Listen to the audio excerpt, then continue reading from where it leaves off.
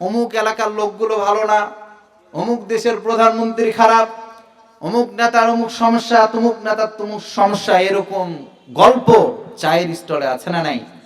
পৃথিবীর সবাই খারাপ, যে ব্যক্তি বলছে এই আল্লাহর ওলি, ঠিক কিনা? এরকম ব্যাপার না, সবাই খারাপ। সমাজের রন্ধ্রে রন্ধ্রে আজকে গুনাহ ঢুকে গেছে। আপনি কোন দিকে যাবেন? বাংলাদেশের মধ্যে রাস্তাঘাটে আমরা যখন চলাচল করি, আপনি না চাইলেও মেয়েদেরকে আপনার দেখতে হবে, এমন অবস্থা না?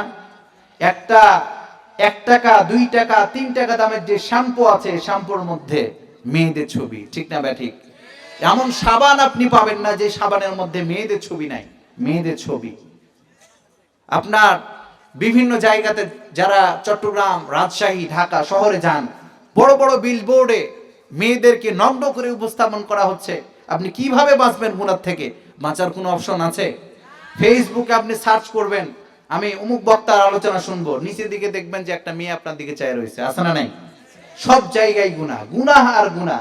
গুনাহ থেকে বাঁচার আমাদের উপায় খুব কম, এরপরেও আমাদের চেষ্টা করতে হবে, ঠিক না বা ঠিক? রব্বুল আলামিন সূরাতুন নূরের 31 নম্বর আয়াতে জানিয়ে দিচ্ছেন, ওয়াতুবু ইলাল্লাহি জামিআন আইয়ুহাল মুমিনুনা লাআল্লাকুম তুফলিহুন। পড়েন আল্লাহু আকবার। রব্বুল আলামিন জানিয়ে দিচ্ছেন, ওয়াতুবু ইলাল্লাহি, মুমিন যারা আছো তওবা করো। রব্বুল আলামিনের তওবা করার দরকার আছে না নাই? মুমিনদেরকে ডাক দিয়ে বলছে তোমরা তওবা করো, কারণ প্রত্যেকটা মানুষ এই পৃথিবীর বুকে পাপী। আবার রব্বুল আলামিন আয়াতের লাস্টে বলছেন, যে ব্যক্তি তওবা করলো সেই ব্যক্তি সফল হয়ে গেল। পড়েন সুবহানাল্লাহ। আমরা জানি পৃথিবীর বুকে যে ব্যক্তি রোলস রয়েস গাড়ি কিনেছে, ভক্সওয়াগন, বিএমডব্লিউ গাড়ি চালায়, 4 চাকা চালায়, সেই ব্যক্তি সফল। যে ব্যক্তি R15 চালায় সেই ব্যক্তি সফল। এটা আমরা মনে করি কি করি না? এই স্মার্টফোনের মধ্যে অ্যাপল কোম্পানির মোবাইল যে ব্যক্তি ইউজ করে সেই ব্যক্তিকে আমরা মনে করি সেই ব্যক্তি সফল।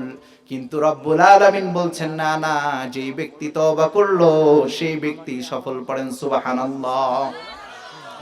আমাদের পাশেই কবরস্থান।